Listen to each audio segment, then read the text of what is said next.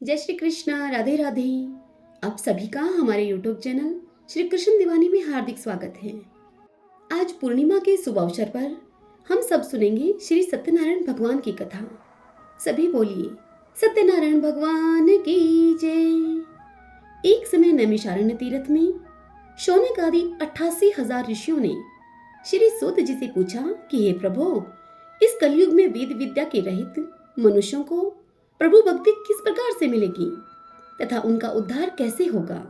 हे मुनि श्रेष्ठ, कोई ऐसा तप बतलाइए जिससे थोड़े समय में ही पुण्य प्राप्त हो जाए तथा मनवांछित फल मिले। वह कथा सुनने की हमारी तीव्र इच्छा है। यह सुनकर सर्वशास्त्र के ज्ञाता श्री सूत जी उनसे बोले कि हे वैष्णवों में पूज्य, आप सबने प्राणियों के हित की बात पूछी है, अतः मैं उस श्रेष्ठ व्रत को आप लोगों को बताऊंगा जिस व्रत को नारद जी ने लक्ष्मी नारायण जी से पूछा था और लक्ष्मीपति जी ने मुनि श्रेष्ठ नारद जी से कहा था। सो सब आप ध्यान पूर्वक सुनिए। एक समय योगीराज नारद जी दूसरों के हित की इच्छा से अनेक लोकों में घूमते हुए मृत्यु लोक में आ पहुंचे। यहाँ अनेक योनियों में जन्मे हुए प्रायः सभी मनुष्यों को अपने कर्मों के द्वारा अनेकों दुखों से पीड़ित देखकर उन्होंने सोचा कि किस यत्न के कारण से निश्चय ही मानवों के दुखों का नाश हो सकेगा। ऐसा मन में सोचकर नारद जी विष्णु लोक को गए। वहां श्वेत वर्ण और 4 भुजाओं वाले देवों के ईश नारायण का, जिनके हाथों में शंख चक्र गदा और पद्म थे तथा वरमाला पहने हुए थे, उनको देखकर नारद जी उनकी स्तुति करने लगे और बोले कि हे भगवान, आप अत्यंत शक्ति से संपन्न हैं। मन और वाणी भी आपको नहीं पा सकती। आपका आदि मध्य अंत नहीं है। निर्गुण स्वरूप सृष्टि के कारण भक्तों के दुखों को नष्ट करने वाले हो आप। आपको मेरा नमस्कार है। नारद जी से इस प्रकार की स्तुति सुनकर भगवान विष्णु उनसे बोले, हे मुनि श्रेष्ठ नारद, आपके मन में क्या है? आपका किस काम के लिए आगमन हुआ है? आप निसंकोच कहिए। तब नारद जी विष्णु जी से बोले कि मृत्युलोक में सब मनुष्य जो अनेक योनियों में पैदा हुए हैं, अपने अपने कर्मों के द्वारा अनेक प्रकार के दुखों से दुखी हो रहे हैं। हे नाथ, मुझ पर आप दया रखते हो तो मुझे बताइए कि उन मनुष्यों के सब दुख थोड़े से ही प्रयत्न से कैसे दूर हो सकते हैं। यह सुनकर श्री भगवान जी बोले कि हे नारद, मनुष्यों की भलाई के लिए तुमने बहुत ही अच्छी बात पूछी है, जिसके करने से मनुष्य मोह से छूट जाता है। वही बात मैं तुमसे कहता हूँ, सुनो। स्वर्गलोक और मृत्युलोक दोनों में ही पुण्य देने वाला एक दुर्लभ उत्तम व्रत है। आज मैं प्रेमवश होकर तुमसे कहता हूँ, श्री सत्यनारायण भगवान का यह व्रत अच्छी तरह विधान पूर्वक करते हुए मनुष्य तुरंत ही यहाँ सुख भोग कर मरने पर मोक्ष को प्राप्त होता है। श्री भगवान के ये वचन सुनकर नारद जी उनसे बोले कि इस व्रत का फल क्या है, क्या विधान है इस व्रत का, किसने यह व्रत किया था और किस दिन यह व्रत करना चाहिए, सब आप विस्तार से कहिए। तब भगवान बोले कि हे नारद, दुख व शोक आदि को दूर करने वाला, धन धान्य को बढ़ाने वाला, सौभाग्य तथा संतान को देने वाला यह व्रत सब स्थानों पर विजय करने वाला है। भक्ति और श्रद्धा के साथ किसी भी दिन मनुष्य श्री सत्यनारायण की शाम के समय ब्राह्मणों और बंधुओं के साथ धर्मपरायण होकर पूजा करें। भक्ति भाव से नैवेद्य, केले का फल, घी, दूध और गेहूं का चूर्ण सवाया ले। गेहूं के अभाव में सांठी का चूर्ण ले। शक्कर तथा गुड़ लेकर और सब भक्षण योग्य पदार्थ जमा करके भगवान को अर्पित करें तथा बंधु बांधवों के सहित ब्राह्मणों को भोजन कराएं। उसके बाद स्वयं भी भोजन करें। नृत्य, गीत आदि का आचरण करके श्री सत्यनारायण भगवान का स्मरण करता हुआ उस समय को व्यतीत करें। इस तरह व्रत करने पर मनुष्य की इच्छा निश्चय ही पूर्ण होती है। विशेषकर कलिकाल में मृत्युलोक में यह मोक्ष का सरल उपाय है। इति श्री सत्यनारायण व्रत कथा का प्रथम अध्याय संपूर्ण। श्रीमन्नारायण नारायण नारायण, भजमन नारायण नारायण नारायण। दूसरा अध्याय। सूत जी बोले, हे ऋषियों, जिसने पहले समय में इस व्रत को किया है उसका इतिहास तुमसे कहता हूँ। ध्यान से सुनो। सुंदर काशीपुरी नगरी में एक अत्यंत निर्धन ब्राह्मण रहा करता था। वह ब्राह्मण भूख प्यास से बेचैन हुआ नित्य पृथ्वी पर घूमता रहता था। ब्राह्मणों से प्रेम करने वाले भगवान ने ब्राह्मण का रूप धारण करके उसके पास जाकर उससे आदर पूर्वक पूछा कि हे विप्र, नित्य दुखी हुआ पृथ्वी पर क्यों घूमता है? तब वह दीन ब्राह्मण बोला कि मैं निर्धन ब्राह्मण हूँ, भिक्षा के लिए पृथ्वी पर फिरता हूँ। यदि आप इसका कोई उपाय जानते हो तो कृपा करके मुझसे कहो।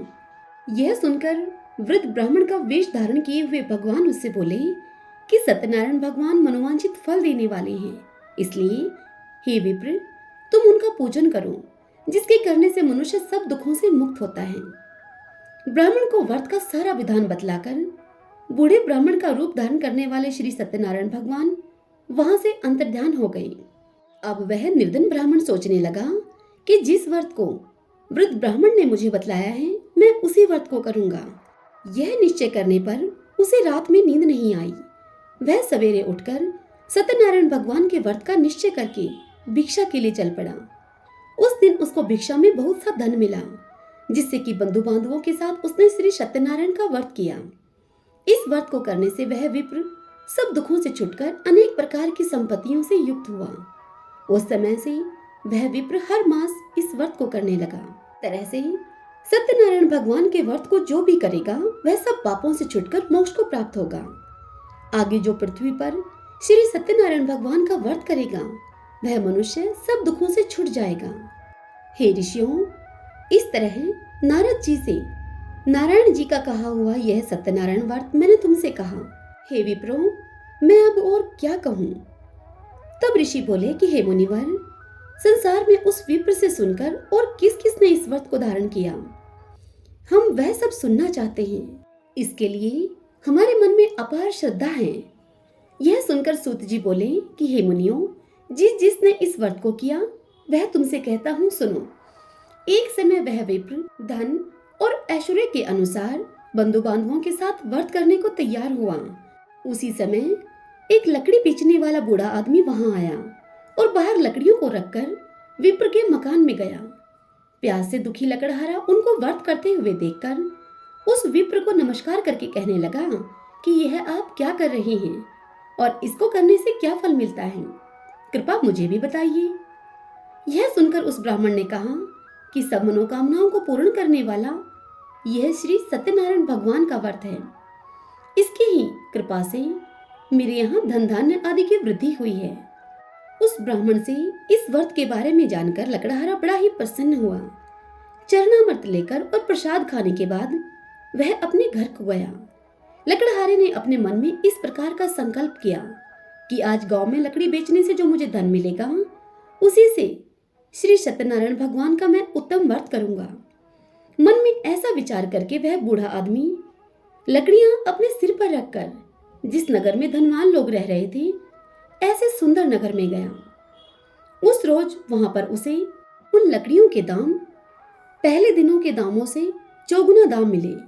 तब वह लकड़हारा दाम लेकर और अति प्रसन्न मन से पके हुए केले की फली, शक्कर, दूध, दही और गेहूं का चूर्ण इत्यादि श्री सत्यनारायण भगवान के व्रत की कुल सामग्रियों को लेकर अपने घर को पहुंचा। फिर उसने अपने घर जाकर अपने भाई बंधुओं को बुलाकर विधि विधान के साथ भगवान सत्यनारायण जी का पूजन और व्रत किया। उस व्रत के प्रभाव से वह बूढ़ा लकड़हारा धन, पुत्र आदि से युक्त हुआ और संसार के समस्त सुख भोगकर वैकुंठ को चला गया। इति श्री सत्यनारायण व्रत कथा का द्वितीय अध्याय संपूर्ण। श्रीमन्नारायण नारायण नारायण भजमन नारायण नारायण नारायण। तृतीय अध्याय सुनेंगे। सूत जी बोले कि हे श्रेष्ठ मुनियों, अब आगे की कथा कहता हूं तुमसे, सुनो। पहले समय में उल्कामुख नाम का एक बुद्धिमान राजा था। वह सत्यवक्ता और जितेंद्रिय था। प्रतिदिन देव स्थानों पर जाता और गरीबों को धन देकर उनके कष्टों को दूर किया करता था। उसकी पत्नी कमल के समान मुख वाली और सती साध्वी थी। भद्रशिला नदी के तट पर उन दोनों ने श्री सत्यनारायण भगवान का व्रत किया। उस समय वहां एक साधु नामक वैश्य आया। उसके पास व्यापार के लिए बहुत सा धन था। राजा को व्रत करते हुए देखकर वह विनय के साथ उनसे पूछने लगा कि हे राजन, भक्ति युक्त चित्त से ये आप क्या कर रहे हैं? मेरी सुनने की इच्छा है, सो आप मुझसे बताइए। तब राजा बोला कि हे साधु, अपने बांधुओं के साथ पुत्रादि की प्राप्ति के लिए यह एक महाशक्तिवान श्री सत्यनारायण भगवान का व्रत और पूजन किया जा रहा है। राजा के ऐसे वचन सुनकर साधु उनसे आदर पूर्वक इस प्रकार से बोला। साधु ने कहा कि हे राजन, मुझसे इसका सब विधान कहिए, मैं भी आपके कहे के अनुसार इस व्रत को करूंगा। मेरी भी कोई संतान नहीं है, इस व्रत को मैं करूंगा तो मुझे भी संतान अवश्य ही मिलेगी। राजा से सारा विधान पूछकर और सुनकर व्यापार से निवृत्त होकर वह साधु आनंद के साथ अपने घर गया। साधु ने अपनी पत्नी से संतान देने वाले उस उत्तम व्रत का वर्णन सुनाया और उससे कहा कि जब मेरे संतान होगी तब मैं इस व्रत को करूंगा। साधु ने ऐसे वचन अपनी पत्नी लीलावती से कही। एक दिन उसकी पत्नी लीलावती पति के साथ आनंदित होकर सांसारिक धर्म में प्रवृत्त होकर श्री सत्यनारायण भगवान की कृपा से गर्भवती हो गई तथा 10वें महीने में उसके एक सुंदर कन्या का जन्म हुआ। दिनों दिन वह इस तरह बढ़ने लगी कन्या जैसे कि शुक्ल पक्ष का चंद्रमा बढ़ता है। कन्या का नाम कलावती रखा गया। जब संतान पैदा हो गई, उसका नामकरण हो गया, तब लीलावती ने मीठे शब्दों में अपने पति से कहा कि जो आपने संकल्प किया था कि सत्यनारायण भगवान का मैं व्रत करूंगा, अब आप उस व्रत को करिए। तब यह सुनकर वह साधु बोला कि हे प्रिय, इसके विवाह पर मैं यह व्रत करूंगा। इस प्रकार अपनी पत्नी को आश्वासन देकर वह साधु नगर को चला गया। अब कलावती पितृगृह में रहती हुई दिनों दिन वृद्धि को प्राप्त हो गई। साधु ने जब नगर में सखियों के साथ अपनी पुत्री को देखा तो तुरंत ही दूत को बुलाकर उससे कहा कि पुत्री के लिए कोई सुयोग्य वर देख कर लाओ। साधु की आज्ञा को पाकर दूत कंचन नगर में जा पहुंचा और वहां वह देखभाल करके लड़की के लिए सुयोग्य फौणिक पुत्र को ले आया। उस सुयोग्य लड़के को देखकर साधु ने अपने बंधु बांधवों के सहित प्रसन्नचित होकर अपनी पुत्री का विवाह उसके साथ संपन्न कर दिया। किंतु दुर्भाग्य से विवाह के समय भी उस व्रत को वह करना भूल गया। तब श्री भगवान उस पर क्रोधित हो गए और उन्होंने श्राप दिया कि तुम्हें दारुण दुख प्राप्त होगा। अपने कार्य में कुशल वह साधु नामक बनिया अपने जमाता के साथ समुद्र के समीप ही स्थित रतनसारपुर नामक एक नगर में गया और वहां जाकर उन दोनों ससुर जमाई ने चंद्रकेतु राजा के उस नगर में व्यापार करना शुरू कर दिया। एक बार भगवान श्री सत्यनारायण की माया से प्रेरित होकर कोई चोर राजा का धन चुराकर भागा जा रहा था। किंतु जब चोर ने राजा के दूतों को अपने समीप आता हुआ देखा तो चोर घबराकर भागता हुआ राजा के उस धन को वहीं चुपचाप रख गया जहां पर कि वह ससुर जमाई ठहरे हुए थे। जब दूतों ने उस साधु नामक वैश्य के पास राजा के धन को रखा हुआ देखा तो उन दोनों ससुर और जमाई को पकड़कर राजा के पास ले जाकर वह दूत बोले कि महाराज, हम इन दोनों चोरों को पकड़ कर लाए हैं, अब हमें क्या करना है, हमें आज्ञा दीजिए। तब राजा ने उन्हें आज्ञा दी कि इन्हें कारावास में डाल दो और फिर उन्हें कारावास में डाल दिया गया और उनका सब धन छीन लिया गया। श्री सत्यनारायण भगवान के श्राप के द्वारा उनकी पत्नी भी घर पर रहते हुए बहुत दुखी हुई और उनके घर पर जो धन रखा हुआ था उस सब धन को भी चोर चुरा ले गए।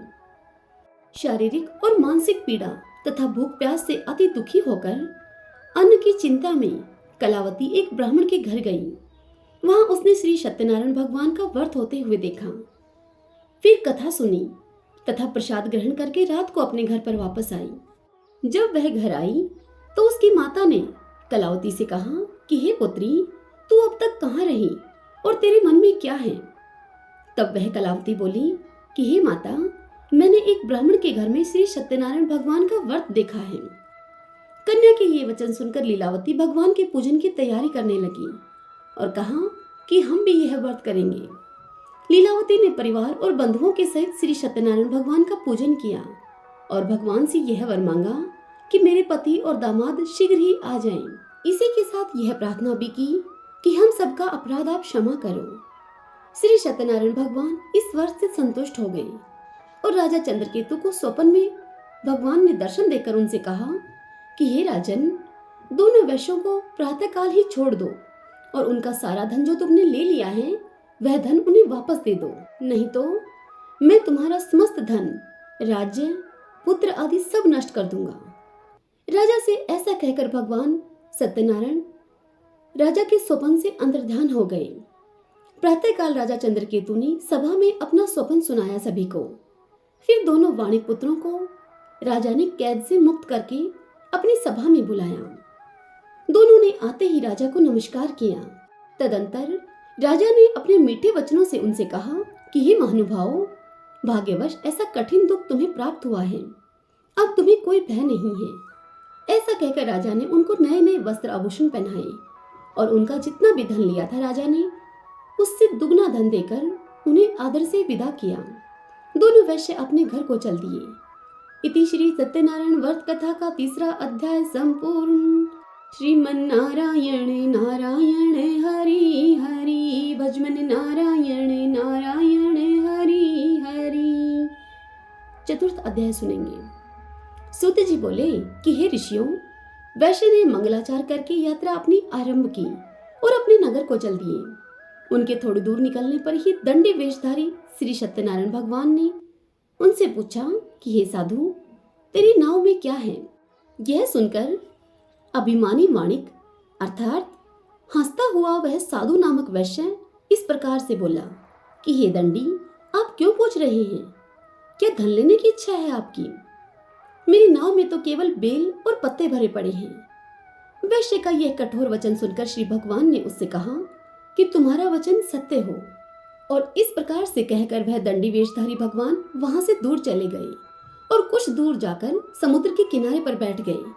दंडी के जाने पर वैश्य ने नित्य क्रिया करने के बाद नाव को ऊंची उठी हुई देखकर बड़ा ही अचंभा किया तथा नाव में बेलपत्ते आदि देखकर वह मूर्छित होकर जमीन पर गिर पड़ा।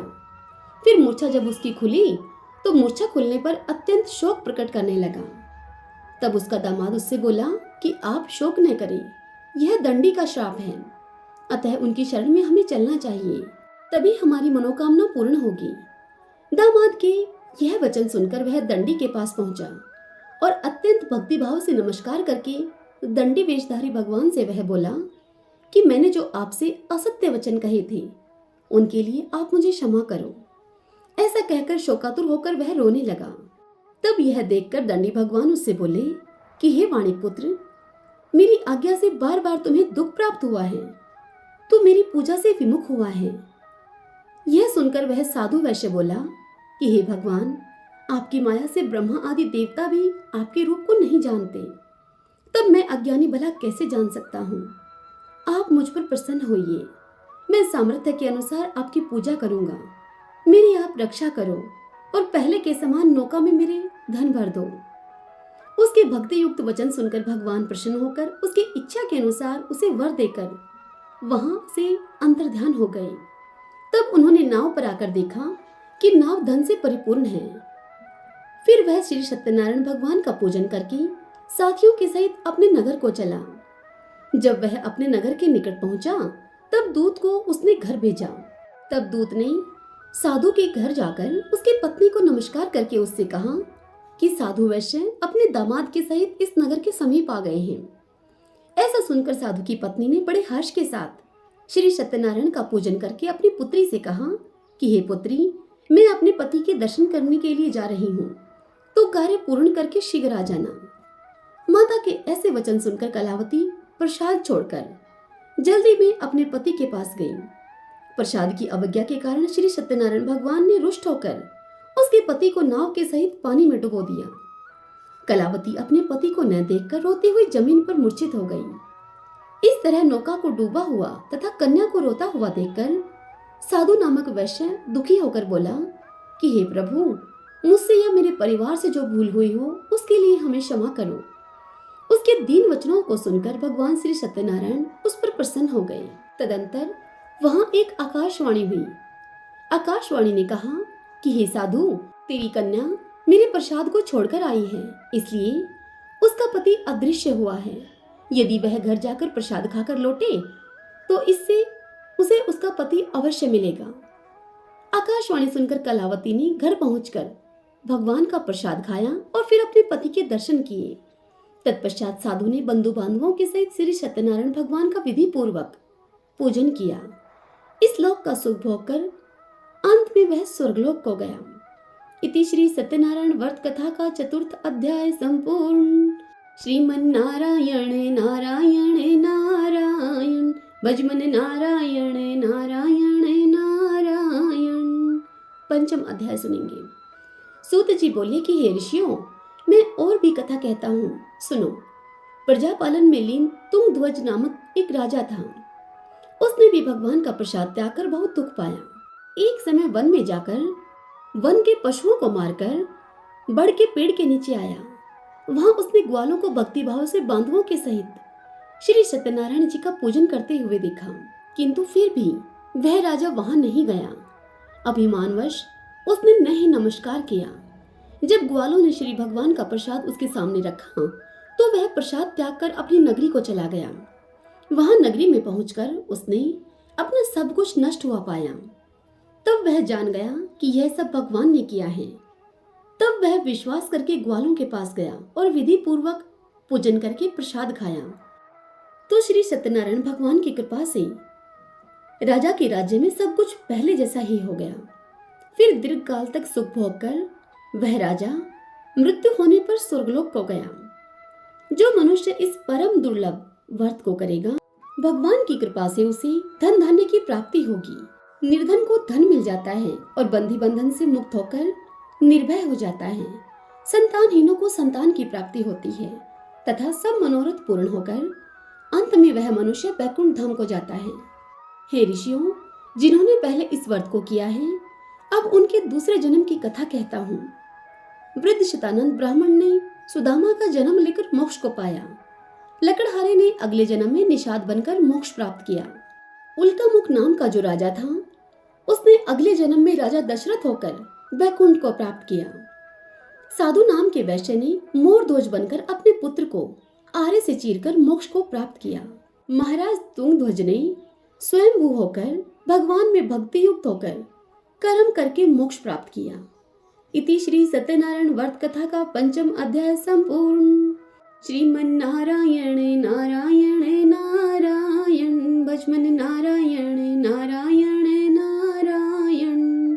सत्यनारायण भगवान की कथा संपूर्ण हुई। आइए अब हम सब मिलकर आरती करते हैं। ओम जय लक्ष्मी रमणा स्वामी, जय लक्ष्मी रमणा सत्यनारायण स्वामी, जनपातक हरिणा। ओम जय लक्ष्मी रमणा रत्न जड़ित सिंहासन, अद्भुत छवि राजे, नारद करत निराजन, घंटा ध्वनि बाजे। ओम जय लक्ष्मी रमणा प्रकट भई कलि कारण, द्विज को दर्श दियो, बूढ़ो ब्राह्मण बन कर कंचन महल कियो। ओम जय लक्ष्मी रमणा दुर्बल भील कठारो, जिन पर कृपा करी, चंद्रचूड़ एक राजा, तिनकी विपत्ति हरी। ओम जय लक्ष्मी रमणा वैश्य मनोरथ पायो, श्रद्धा तज दीनी, सो फल भोग्यो प्रभु जी, फिर स्तुति कीनी।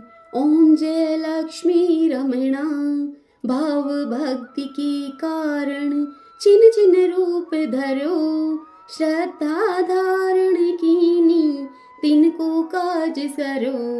ओम जय लक्ष्मी रमणा ग्वाल बाल संग राजा, वन में भक्ति करी, मन वांछित फल दीना, दीन दयालु हरि।